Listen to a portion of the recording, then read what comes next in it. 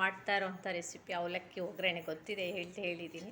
ಏನಪ್ಪ ಅಂದರೆ ಇದು ಸ್ಪೆಷಲು ಶ್ರೀಕೃಷ್ಣ ಪರಮಾತ್ಮ ಅಲ್ವಾ. ಅವಲಕ್ಕಿ ಅಂದ್ರೇ ಶ್ರೀಕೃಷ್ಣ ಪರಮಾತ್ಮ ಕತೆ ಎಲ್ರಿಗೂ ಗೊತ್ತಿದೆ. ನಾನೊಂದು ಸಲ ಏನು ಹೇಳೋದು ಬೇಡ. ಅವಲಕ್ಕಿನ ಯಾವತ್ತೂ ಅಷ್ಟೇ ಯಾರು ಕೊಟ್ಟರು ಬೇಡ ಅಂತ ಹೇಳಬಾರ್ದು.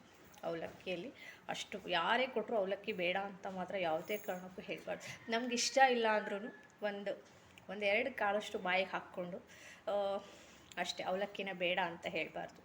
ಏಕಾದಶಿ ಟೈಮಲ್ಲಿ ಮತ್ತು ಉಪವಾಸ ಮಾಡುತ್ತಾ ಇರೋ ಟೈಮಲ್ಲೆಲ್ಲ ತುಂಬ ಯೂಸ್ಫುಲ್ ಅವಲಕ್ಕಿ. ಆಮೇಲೆ ಮತ್ತು ಈವ್ನಿಂಗ್ ಸ್ನ್ಯಾಕ್ಸ್ ತುಂಬ ಚೆನ್ನಾಗಿರುತ್ತೆ. ಬೇರೆ ಬೇರೆ ಥರದ್ದೆಲ್ಲ ಮಾಡಿರ್ತೀರ. ಅವಲಕ್ಕಿ ತುಂಬಾ ಹೊಟ್ಟೆನೂ ತುಂಬುತ್ತೆ, ಹೆಲ್ತಿಗೂ ಒಳ್ಳೆಯದು. ಮತ್ತು ಈ ಅಸ್ತಮ ಎಲ್ಲ ಇರುತ್ತಲ್ಲ, ಆ ಪೇಷಂಟ್ಗಳೆಲ್ಲ ತಿನ್ನೋದ್ರಿಂದ ಅಸ್ತಮ ಆದಷ್ಟು ಅವಾಯ್ಡ್ ಆಗುತ್ತೆ ಅವಲಕ್ಕಿ ತಿನ್ನೋದ್ರಿಂದ. ಮತ್ತು ಈಗ ಡಿಸೆಂಟ್ರಿ ಎಲ್ಲ ಶುರುವಾಗ್ತಾ ಇರುತ್ತೆ. ಡಿಸೆಂಟ್ರಿ ಎಲ್ಲ ಆಗೋರು ಅವಲಕ್ಕಿನ ಬರೀ ಮತ್ತು ನೀರು ಕುಡಿಬಾರ್ದು ಅವಲಕ್ಕಿ ತಿಂದು. ಅದನ್ನು ತಿನ್ನೋದ್ರಿಂದ ಡಿಸೆಂಟ್ರಿನೂ ಅವಾಯ್ಡ್ ಆಗುತ್ತೆ, ಬೇಗ ಡಿಸೆಂಟ್ರಿ ನಿಂತ್ಕೊಳ್ಳುತ್ತೆ ಅವಲಕ್ಕಿ ತಿನ್ನೋದ್ರಿಂದ. ನೋಡಿದ್ದೀನಿ, ನಂಗೆ ಗೊತ್ತಿರೋಂಥ ಟಿಪ್ಸನ್ನು ಹೇಳಿದ್ದೀನಿ. ಬನ್ನಿ ನೋಡೋಣ ಏನು ಬೇಕು ಅವಲಕ್ಕಿಗೆ, ಏನು ಇಂಗ್ರೀಡಿಯೆಂಟ್ಸ್ ಬೇಕು, ಹೇಗೆ ಮಾಡೋದು ಅಂತ ಹೇಳ್ತೀನಿ. Hello, welcome to my YouTube channel. ಹೇಗಿದ್ದೀರಾ? ಎಲ್ಲ ಚೆನ್ನಾಗಿದ್ದೀರಾ ಅಂತ ಅಂದ್ಕೊಂಡಿದ್ದೀನಿ.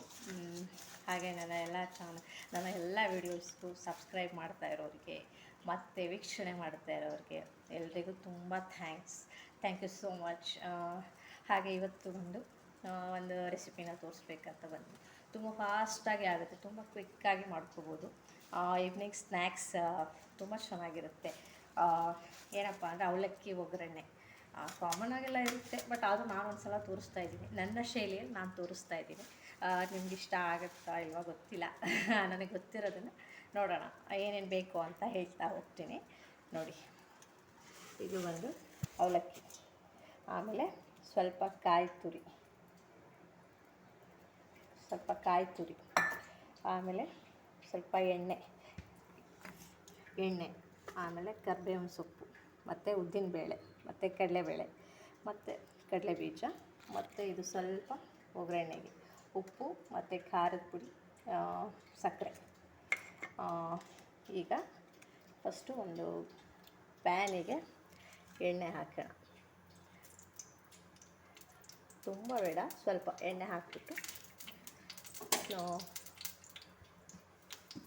ಸ್ವಲ್ಪ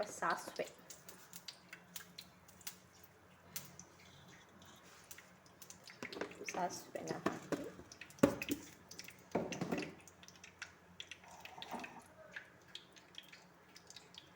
ಅದು ಸ್ವಲ್ಪ ಚಿಟಪಟ ಅಂತ ಅನ್ಬೇಕಲ್ಲ.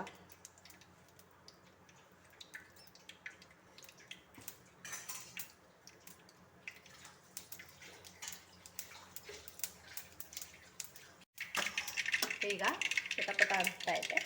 ಕಡಲೆಬೇಳೆ ಮತ್ತು ಕಡಲೆ ಬೀಜ ಎಲ್ಲನೂ ಹಾಕ್ಕೊಳ್ಳೋಣ.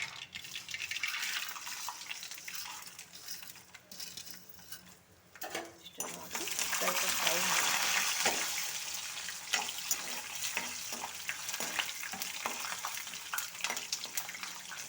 ಸ್ವಲ್ಪ ಬ್ರೌನ್ ಆದ್ರ ಮೇಲೆ ಈಗ ಜೊತೆಲಿ ಕರಿಬೇವಿನ ಸೊಪ್ಪನ್ನು ಹಾಕ್ತಾಯಿದ್ದೀನಿ. ತುಂಬ ಡಿಫ್ರೆಂಟ್ ಆಗಿರುತ್ತೆ. ಈಗ ಏಕಾದಶಿ ಟೈಮಲ್ಲೆಲ್ಲ ಉಪವಾಸ ಇರ್ತೀರ, ಅಂಥ ಟೈಮಲ್ಲೆಲ್ಲ ತುಂಬ ಯೂಸ್ಫುಲ್ ಆಗುತ್ತೆ. ಈವ್ನಿಂಗ್ ಟೈಮ್ ತುಂಬ ಯೂಸ್ಫುಲ್ ಆಗುವಂಥ ರೆಸಿಪಿ.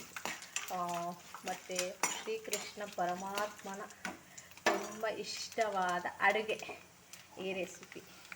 ಯಾವತ್ತೂ ಅಷ್ಟೇ ಯಾರು ಅವಲಕ್ಕಿ ಕೊಟ್ಟರು ಬೇಡ ಅಂತ ಹೇಳಬಾರ್ದು. ಈಗ ಸಕ್ಕರೆ ಮತ್ತು ಖಾರದ ಪುಡಿ, ಸ್ವಲ್ಪ ಉಪ್ಪು ಇದನ್ನು ಆ್ಯಡ್ ಮಾಡ್ತಾಯಿದ್ದೀನಿ.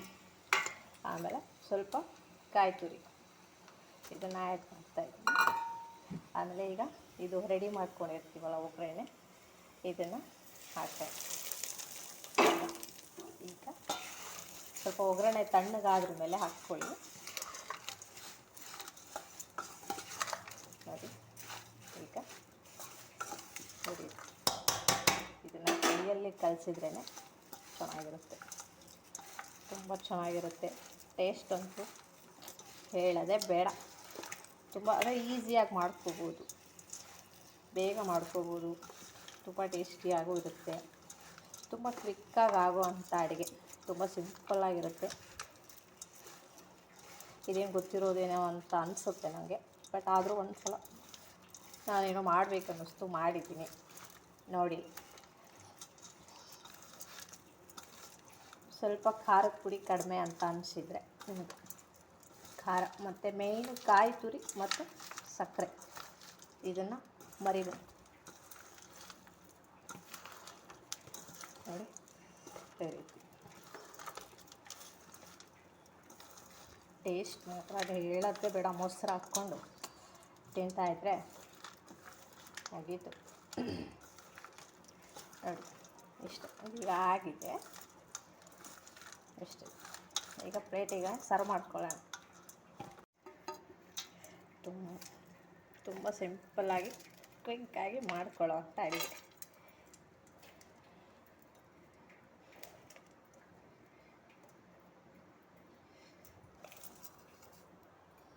ಈಗ ಮೊಸರು, ಇದ್ರ ಜೊತೆಯಲ್ಲಿ ಮೊಸರು ಹಾಕ್ಕೊಂಡು ತಿಂತಾಯಿದ್ರೆ ಸೂಪರಾಗಿರುತ್ತೆ ಟೇಸ್ಟ್ ಮಾತ್ರ.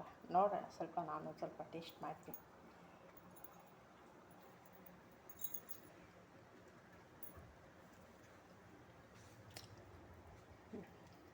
ಮೊಸರು ಹಾಕ್ಕೊಂಡು ಟೇಸ್ಟ್ ಮಾಡಿ. ನಾನು ಮೊಸರು ತಿನ್ನಲ್ಲ, ಬಟ್ ಮೊಸರು ಹಾಕ್ಕೊಂಡ್ರೆ ತುಂಬ ಚೆನ್ನಾಗಿರುತ್ತೆ.